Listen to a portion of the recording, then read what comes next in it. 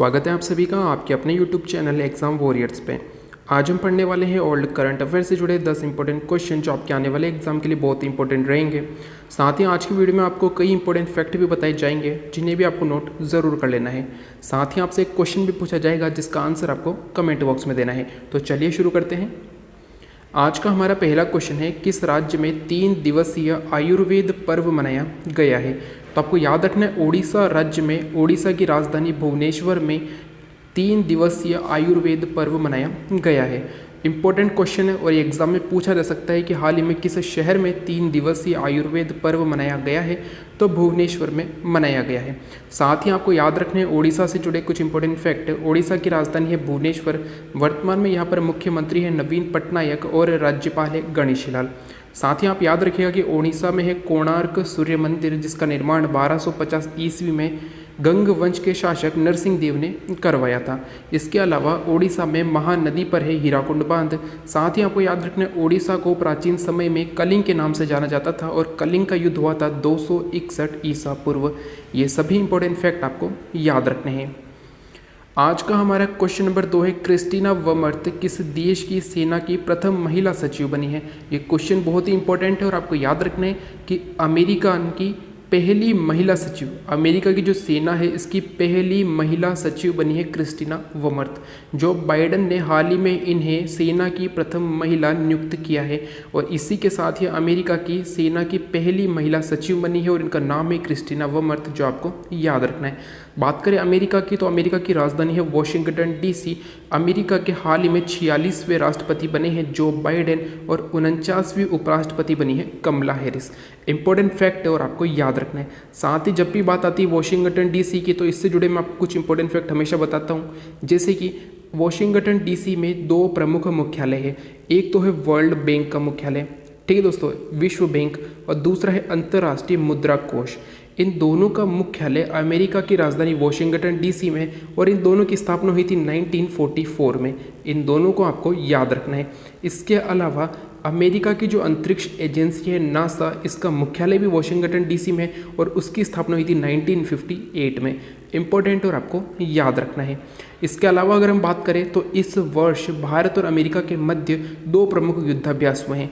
एक हुआ था राजस्थान में जिसका नाम रखा गया था युद्धाभ्यास और दूसरा हुआ था हिमाचल प्रदेश में और इसका नाम था वज्र प्रहार। तो आपको याद रखना है युद्धाभ्यास और वज्र प्रहार ये दोनों ही भारत और अमेरिका के मध्य हुए हैं। इंपॉर्टेंट और आपको याद रखना है। क्वेश्चन नंबर 3 है, किस शहर में खेलो इंडिया सेंटर ऑफ एक्सीलेंस की स्थापना की गई है?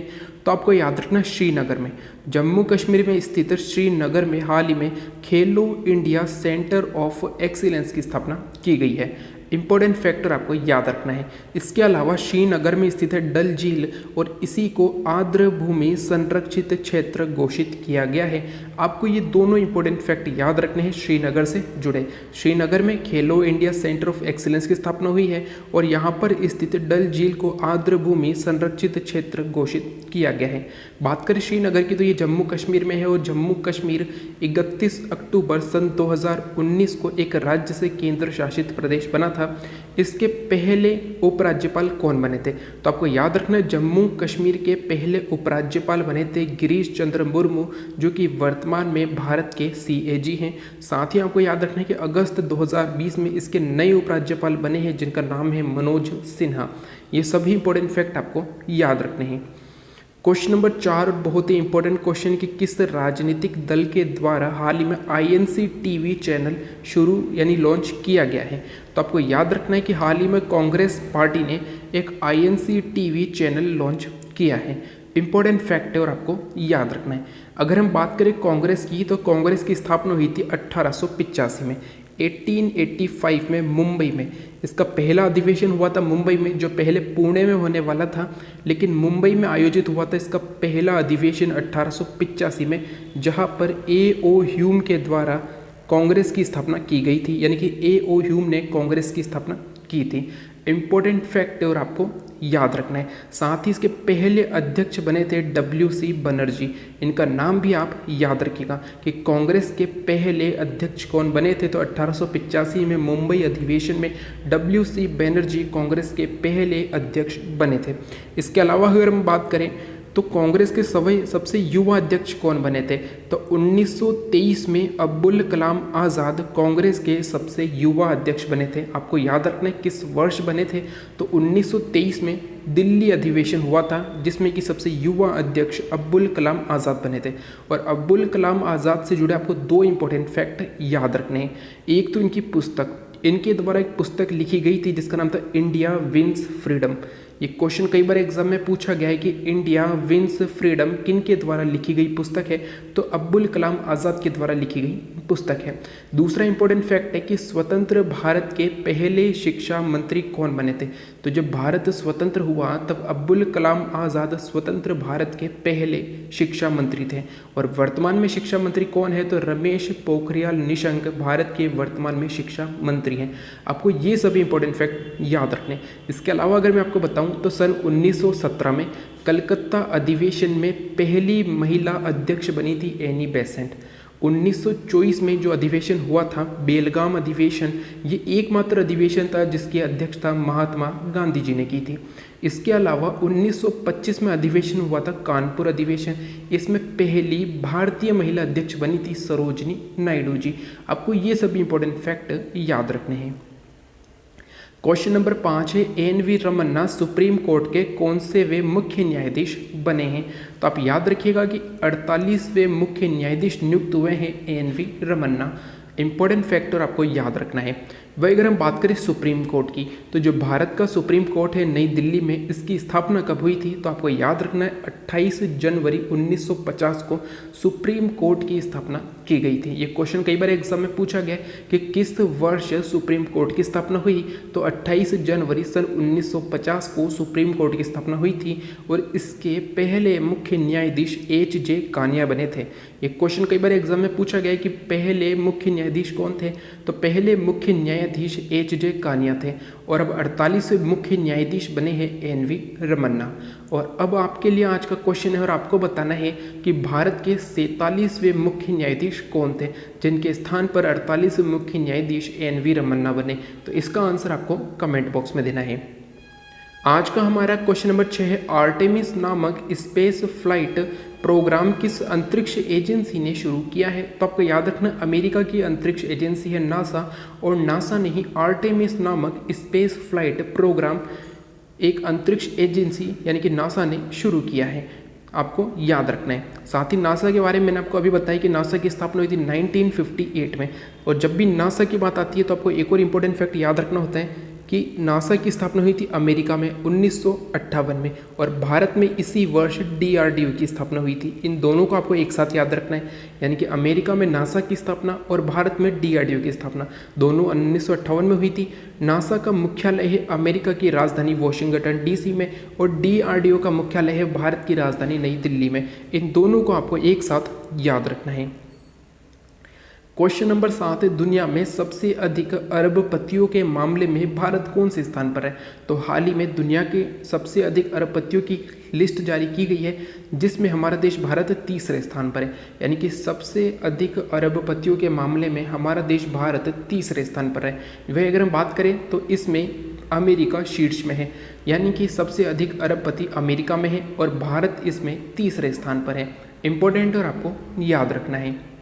आज का हमारा क्वेश्चन नंबर 8 और बहुत ही इंपॉर्टेंट क्वेश्चन है जो आपको याद रखना है कि भारत के पहले पर्यावरण मंत्री का निधन हुआ है, उनका नाम क्या था? तो आप याद रखिएगा दिग्विजय सिंह जाला, जो कि भारत के पहले पर्यावरण मंत्री बने थे, इनका हाल ही में निधन हो गया है। अगर हम बात करें दिग्विजय सिंह जाला की तो इनसे जुड़े कुछ इंपॉर्टेंट फैक्ट आप याद रखिएगा। ये गुजरात से हैं, यानी कि गुजरात से सांसद रहे थे दिग्विजय सिंह जाला। दूसरा कि ये बने थे 1982 में, 1982 में भारत के पहले पर्यावरण मंत्री बने थे जो 1984 तक भारत के पर्यावरण मंत्री रहे थे।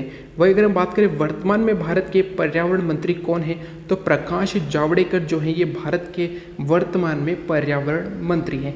तो आपको यहाँ पर ध्यान देना है, ये क्वेश्चन एग्जाम में पूछा जा सकता है कि भारत के पहले पर्यावरण मंत्री का निधन हुआ है, उनका नाम क्या है? तो उनका नाम है दिग्विजय सिंह जाला। ये इंदिरा गांधी जी के समय, यानी कि जब इंदिरा गांधी जी भारत की प्रधानमंत्री थी तो उनके मंत्रिमंडल में ये पर्यावरण मंत्री बने थे, और वर्तमान में पर्यावरण मंत्री प्रकाश जावड़ेकर हैं। आपको ये सभी इंपॉर्टेंट फैक्ट याद रखने हैं। आज का हमारा क्वेश्चन नंबर 9 और एक इम्पॉर्टेंट क्वेश्चन है कि Manohar Parrikar brilliant mind simple life ये पुस्तक किन के द्वारा लिखी गई है। तो आपको याद रखना है कि गोवा के मुख्यमंत्री रहे थे मनोहर पार्रिकर और इन्हीं के जीवन पर आधारित पुस्तक को लिखा है नितिन गोखले ने। ये क्वेश्चन एग्जाम में ज़रूर पूछा जाएगा और आपको याद रखना है कि Manohar Parrikar brilliant mind simple life ये पुस्तक नितिन गोखले के द्वारा लिखी गई है, जो कि गोवा के मुख्यमंत्री के जीवन पर लिखी है। इम्पोर्टेंट और आपको याद रखना है मनोहर पार्रिकर ये 2017 से लेकर 19 तक यानी कि इनकी मृत्यु तक ये गोवा के मुख्यमंत्री रहे थे और वर्तमान में गोवा के मुख्यमंत्री हैं प्रमोद सावंत। आपको याद रखना है गोवा की राजधानी है पणजी, मुख्यमंत्री है प्रमोद सावंत और राज्यपाल है भगत सिंह कोश्यारी। और जब भी बात आती है गोवा की तो आपको दो सबसे इम्पोर्टेंट डे याद रखने हैं। एक तो गोवा स्थापना दिवस, गोवा स्थापना दिवस हाल ही में मनाया गया है 30 मई को। इम्पोर्टेंट है आपको याद रखना है कि 30 मई को गोवा अपना स्थापना दिवस मनाता है और 19 दिसंबर को गोवा अपना मुक्ति दिवस मनाता है। ये दोनों ही आपको याद रखने हैं क्योंकि गोवा जो है ये मुक्त हुआ था पुर्तगालियों से 19 दिसंबर 1961 को और इसीलिए 19 दिसंबर को गोवा अपना मुक्ति दिवस मनाता है। ये सभी इंपॉर्टेंट फैक्ट आपको याद रखने हैं। आज का हमारा अंतिम क्वेश्चन है डिजिट इंश्योरेंस ने किन्हें अपना ब्रांड एम्बेसडर बनाया है। तो आपको याद रखना है भारतीय क्रिकेटर विराट कोहली को डिजिट इंश्योरेंस ने अपना ब्रांड एम्बेसडर बनाया है। ये क्वेश्चन एग्जाम में पूछा जा सकता है और आपको याद रखना है। साथ ही आपको आज के दिन से जुड़ा एक करंट अफेयर का फैक्ट भी याद रखना है कि फोर्ब्स के द्वारा जारी सर्वाधिक कमाई करने वाले 100 खिलाड़ियों में भारत के सिर्फ एक खिलाड़ी हैं और इनका नाम है विराट कोहली और ये इन 100 खिलाड़ियों में से 59वें स्थान पर रहे हैं। ठीक है दोस्तों, ये इंपॉर्टेंट और आपको याद रखना है कि विराट कोहली फोर्ब्स द्वारा जारी सर्वाधिक कमाई करने वाले 100 खिलाड़ियों में 59वें स्थान पर रहे हैं। इंपॉर्टेंट और आपको याद रखना है। तो ये थे आज की वीडियो से जुड़े ओल्ड करंट अफेयर के 10 इंपॉर्टेंट क्वेश्चन, साथ इन क्वेश्चन से जुड़े सभी इंपॉर्टेंट फैक्ट जो आपको याद रखने। तो आपको इन सभी को नोट ज़रूर कर लेना है। साथ ही आज की वीडियो में जो क्वेश्चन आपसे पूछा गया था कि भारत के सुप्रीम कोर्ट के 47वें मुख्य न्यायाधीश कौन थे, जिनके स्थान पर अब एन.वी. रमन्ना भारत के 48वें मुख्य न्यायाधीश बने हैं, इसका आंसर आपको कमेंट बॉक्स में देना है। तो अगर आज का वीडियो अच्छा लगे तो लाइक एंड शेयर ज़रूर करें। साथ ही वैसे भी जो आज चैनल पर नए हैं उन्हें वीडियो अच्छा लगे, उपयोगी लगे तो चैनल सब्सक्राइब करना न भूलें। साथ ही बेल आइकन ज़रूर दबाएं जिससे कि आने वाले वीडियो की तुरंत जानकारी आपको मिल सके। Thank you. जय हिंद, जय भारत।